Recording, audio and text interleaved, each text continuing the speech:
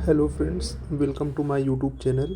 आज हम पार्ट 2 का डिस्कशन करेंगे ग्रोथ एंड डेवलपमेंट का। तो इस पार्ट 2 में हम पढ़ेंगे difference between growth and development. तो आइए शुरू से शुरुआत करते हैं। देखिए, ग्रोथ ये रहा, डेवलपमेंट ये रहा। ग्रोथ का मतलब मैंने पिछली वीडियो में बताया था कि इसका मतलब होता है वृद्धि कर जाना, मतलब बढ़ जाना।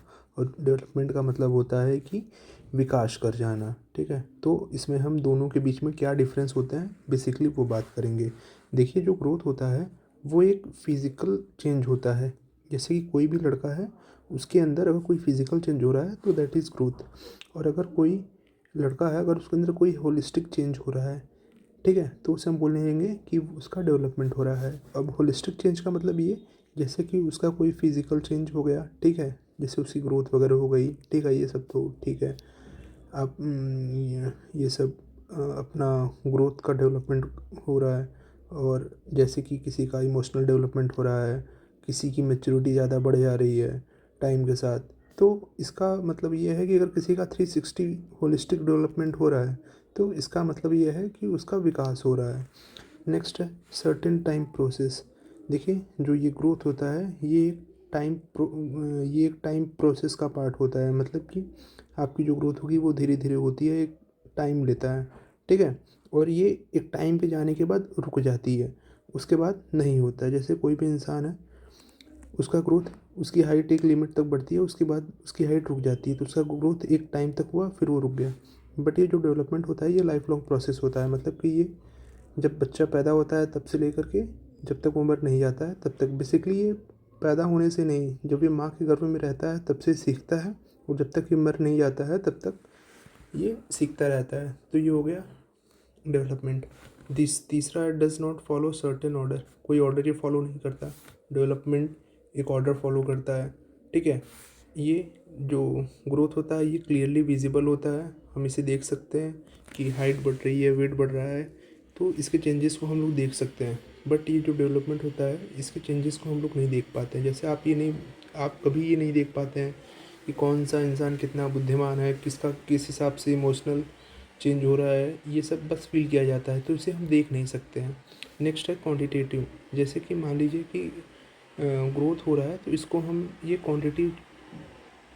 क्वांटिटी होता है, ठीक है, हम इसे देख सकते हैं, तौल सकते हैं, नाप सकते हैं। बट ये जो डेवलपमेंट होता है ये क्वांटिटेटिव और क्वालिटी दोनों होता है। इसका मतलब ये है कि अगर हम तो डेवलपमेंट को हम देख सकते हैं, फील कर सकते हैं, फिर इसको नाप तौल भी सकते हैं। ओके। नेक्स्ट है structural aspect of the individual. ये ग्रोथ में होता है। स्ट्रक्चरल एस्पेक्ट होता है किसी भी इंसान का। इसमें क्या होता है, फंक्शनल साइड होता है। ग्रोथ में क्या होता है, growth is a part of development itself. Development is a independent and all round. Okay. Next, growth may और may not lead to development, but development is a possible without growth. Okay, तो ये रहा एक इसका difference. आगे हम देखें तो आगे एक अच्छा इम्पोर्टेंट पॉइंट है, like growth and development influence each other.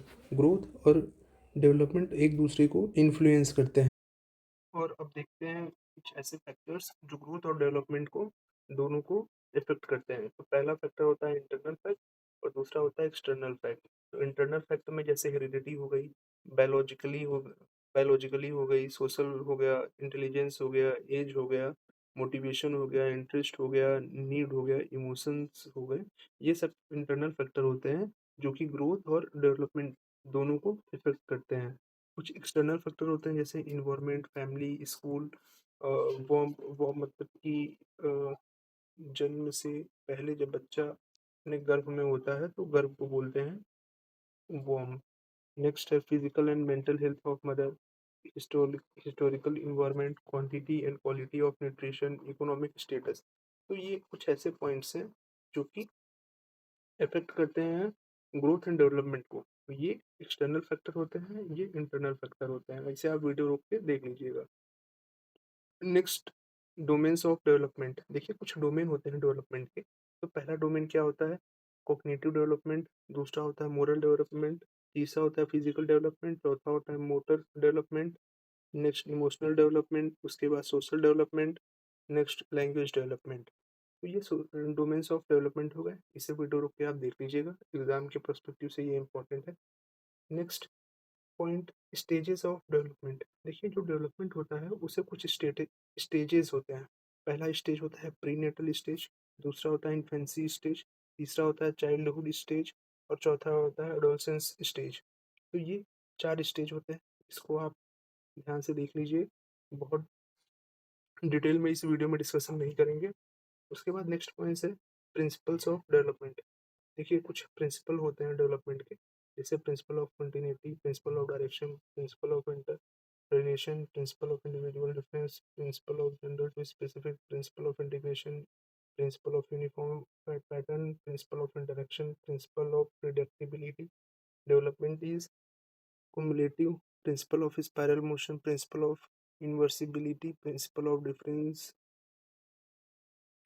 rate of development। यहाँ पे हमारा ग्रोथ और डेवलपमेंट खत्म होता है।